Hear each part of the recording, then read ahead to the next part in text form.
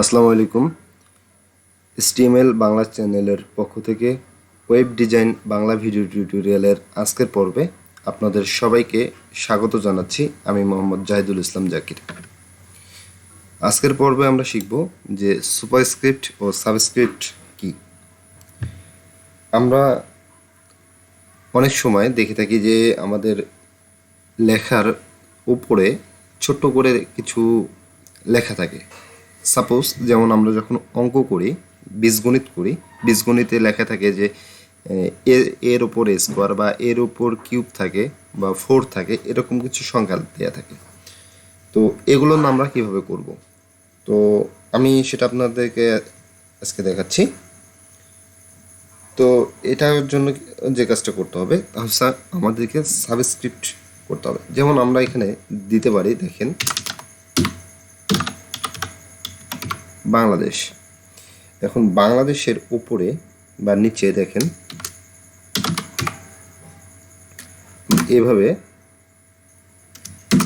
এটা subscript tag নিয়ে নিতে পারি। এটা একটা ডাবল ট্যাগ সাবস্ক্রিপ্ট, এবং আমরা আরেকটি নিয়ে নেব, এটা হচ্ছে সুপারস্ক্রিপ্টের।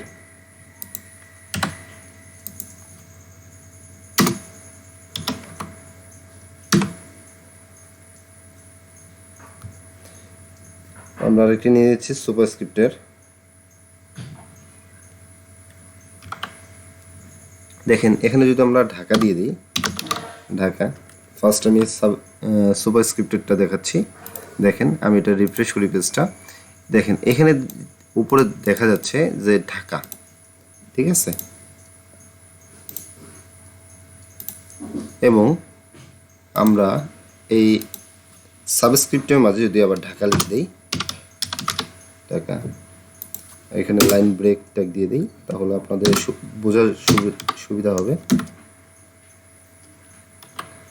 দেখেন এখন দেখেন আমাদের চেঞ্জটা কি আসে। চেঞ্জটা ভিউয়ার্স আপনারা দেখতে পাচ্ছেন যে আমরা প্রথম যেটা লিখেছি সুপারস্ক্রিপ্ট, সেটা হচ্ছে সুপারস্ক্রিপ্ট। আমরা যেহেতু ঢাকা লিখেছি, দেখেন এই যে ঢাকা, এটা উপরে চলে গেছে, আমাদের এই লেখাটার মেন যে লেখাটা রয়েছে সেটার উপরে চলে গিয়েছে।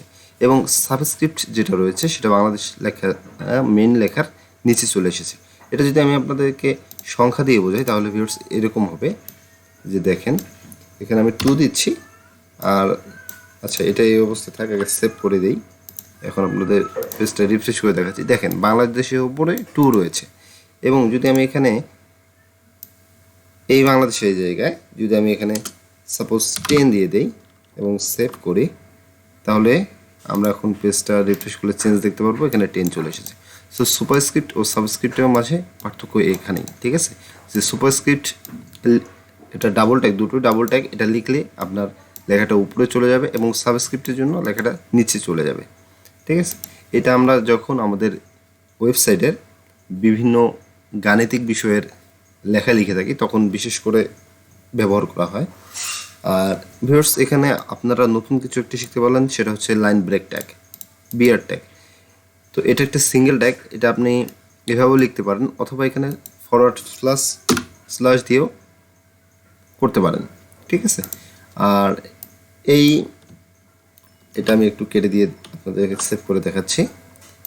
যে দেখেন আমাদের লেখা কিন্তু পাশাপাশি চলে এসেছে এরকম, ঠিক আছে। আমাদের লেখাটি এরকম পাশাপাশি চলে এসেছে। তার কারণ হচ্ছে যে আমরা সাধারণভাবে যখন লিখতে যাই, এভাবে যখন সাধারণভাবে লিখতে যাই, প্যারাগ্রাফ দিইনি, যেহেতু সাধারণভাবে লেখার জন্য আমাদের এই যে লেখাটা এই বাংলাদেশ প্লাস এই বাংলাদেশটি পাশাপাশি চলে এসেছে। এখন যদি আমরা এই পাশাপাশি লেখাটি যদি পাশাপাশি না এনে যদি একটি স্পেস দিয়ে বা একটু ফাঁকা জায়গা রাখতে চাই, তাহলে আমরা এখানে বিআর ট্যাগ ইউজ করতে পারি। তো বিআর ট্যাগটি একটি লাইন থেকে অন্য একটি লাইনের ব্রেক, সেটাকে বোঝায়। তো দেখেন লাইন ব্রেক ট্যাগ এটাই। তো ভিউয়ার্স বাসায় এটি প্র্যাকটিস করে নেবেন, এটা আপনাদের বাসায় কাজ থাকলো। এবং পরবর্তীতে আমরা শিখব অ্যাব্রিভিয়েশন কি, ঠিক আছে। তো আজকের পর্ব এই পর্যন্ত। ভালো থাকবেন, সুস্থ থাকবেন। আসসালামু আলাইকুম।